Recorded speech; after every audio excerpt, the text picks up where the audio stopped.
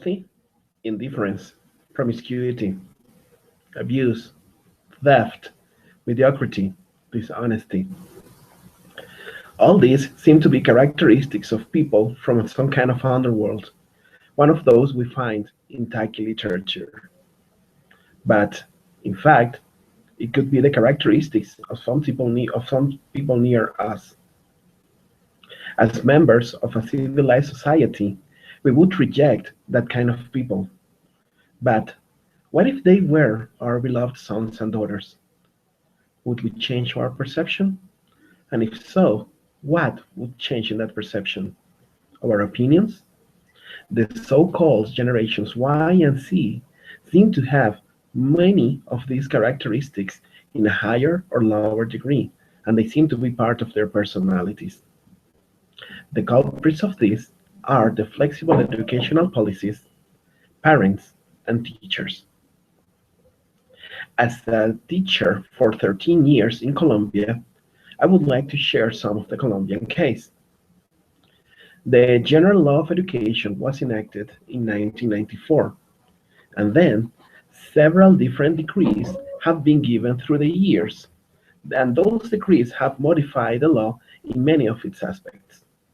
For example, one of the decrees states that only 5% of the total population of a school can fail a study year, and the other 95% are protected under something called automatic promotion, which means the students have the opportunity to have a final makeup evaluation at the end of the school year in many of the subjects, and no matter if they show or not knowledge of certain topics, they can be declared competent in an area.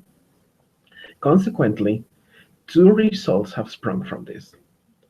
First, universities have raised their claim that the freshmen they are receiving are not well prepared for higher education. Second, and this one is more complex and less visible, is that nowadays teenagers and young adults have grown with a sense of not having consequences for their wrongful acts. An example of the latter result is the case of Fabio Salamanca.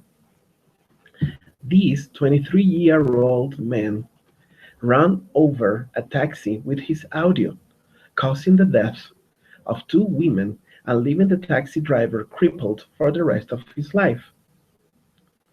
Driving at more than 90 miles per hour and having drunk more than the maximum permitted level of alcohol, he was sentenced to 5 years of home confinement for the two deaths and only 9 months and 15 days also of home confinement for the injuries he caused on the other occupant of the taxi.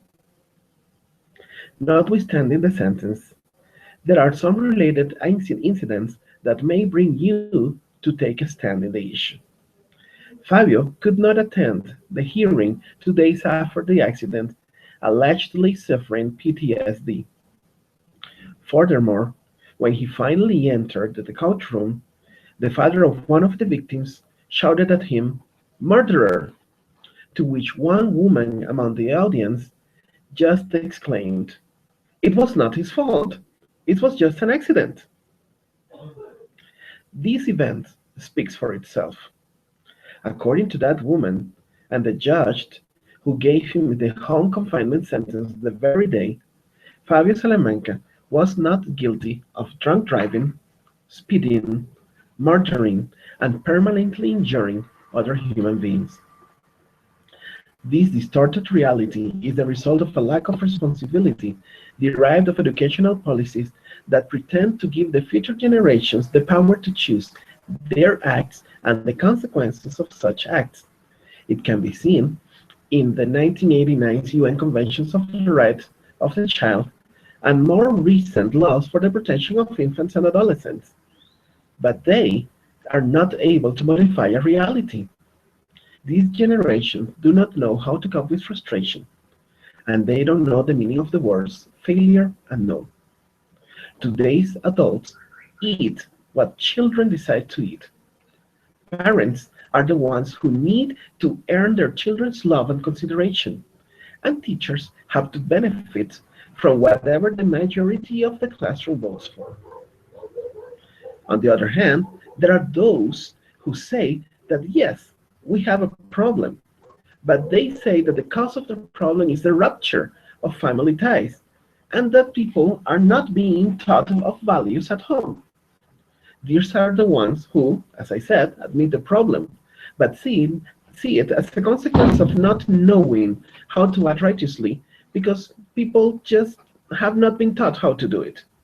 An example of this is the affluenza defense, which is very infamous, in the case of Ethan Couch in Texas, also in 2013.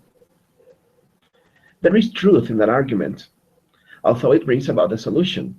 It is necessary to teach values at home, altogether with better and less patronizing educational policies. In partial agreement with this, there is no doubt that our new generations have a brighter future. They have way better opportunities, and they are seen as people without fear. But regulation should not be seen as a subject to dispense with. It should be a crucial part of worldwide educational systems in order to have professionals capable of coping with life's vicissitudes with stoicism and with wisdom. And this is where all the ones who have something to do with it enter in the picture, you and me. Values, limits, and ethical behavior cannot be learned by people on their own, at least not with hardship. These aspects need to be taught at home, at school, and need to be reflected in educational policies. Let us take time from our daily errands to teach children about what is right and what is wrong. Let us forget about the excessive relativity we give to daily issues and take aside on righteous choices. Let us be examples of ethics and do not hesitate on applying reasonable discipline when necessary. All those will not guarantee that our youngsters are going to live without conflicts, but it will guarantee individuals that will know how to deal with those problems.